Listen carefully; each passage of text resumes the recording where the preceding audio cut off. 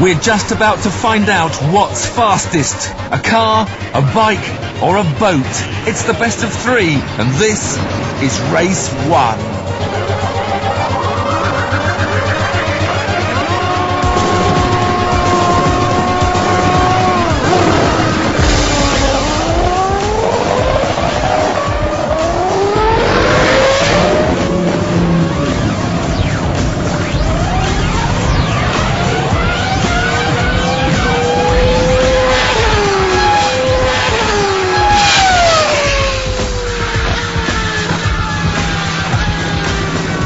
Rutter makes a mega start and takes just 5.4 seconds to catch the boat. He finishes the quarter mile in 10 seconds, with Button taking 11 and Curtis 13.5. But Jensen has a problem with his car. There's something wrong with the clutch, There's a gremlin in the anti-stall system and the only cure is to turn it off.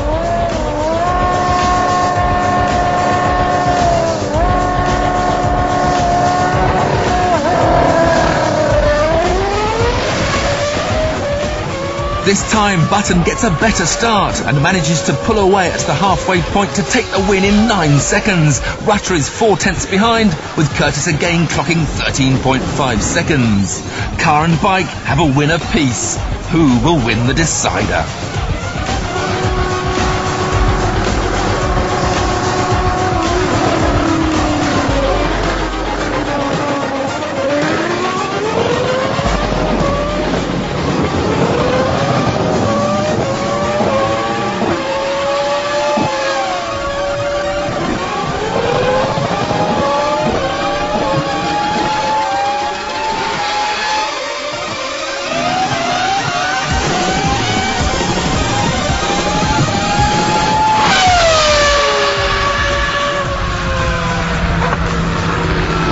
It was an epic battle, and although level for the first 100 metres, as soon as Button could use full power, he streaked away from a wheeling Rutter, with Curtis again finishing 3 seconds behind.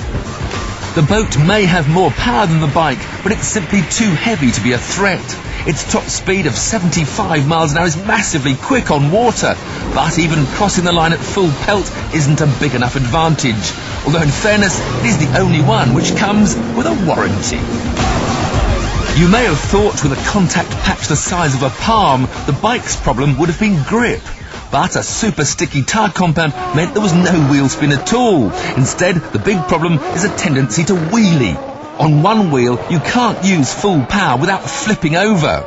The team had lengthened the wheelbase by a few millimetres to try and help, but what's really needed is a chassis about 2 feet longer to shift the weight forward and keep the front down.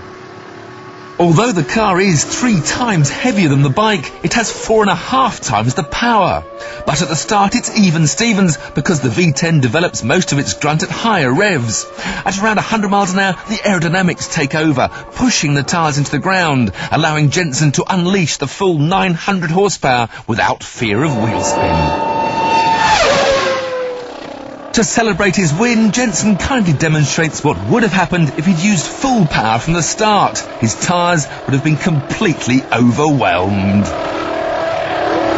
With over 18,000 RPM bouncing off the rev limiter, it's a final fitting flourish for one of the 100 engines Honda will build for the Grand Prix season.